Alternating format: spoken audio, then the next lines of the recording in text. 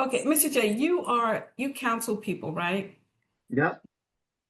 How many times have you come in there? You had a couple that come in and maybe you could recognize that they're a narcissist. How many of those relationships endure in a positive way? How many of them stay together or how many of them leave?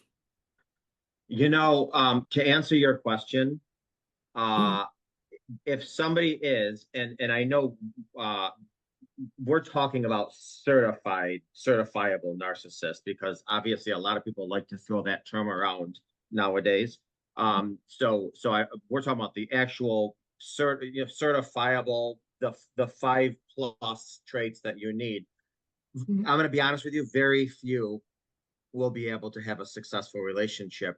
I'm going to tell you something. I have a very unique relationship with the narcissist because, on one hand, I understand they're blood sucking, venomous vampires who will leave you questioning everything about you.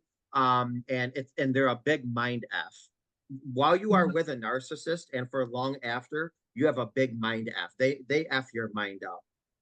However, the coaching side of me um, has compassion, and I know I'm probably going to get a lot of booze right now because they're empty on the inside and their self worth is very little. And me, as an intrapersonal coach, that breaks my heart because I'm all about the relationship you have with yourself.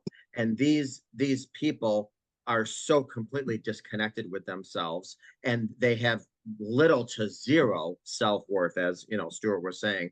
Um, but so unfortunately, if you are in a relationship with a narcissist, which by the way, I always say narcissists don't look for dates; they look for victims because you are their supply chain. Which is why they don't want you to leave because then you're breaking their supply.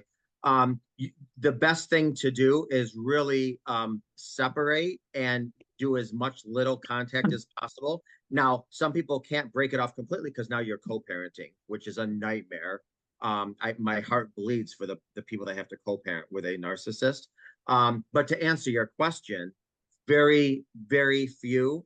And if somebody has to stay with a narcissist for whatever reason, then my agenda is to ensure they have a tremendous amount of boundaries and they enforce those boundaries to the best of their ability without setting up their vampire, because vampires like to suck your blood, and that is a narcissist. They will suck every ounce of blood out of you and then say, well, you were the one that did something of why I had to suck your blood. I mean, it's a big mind f.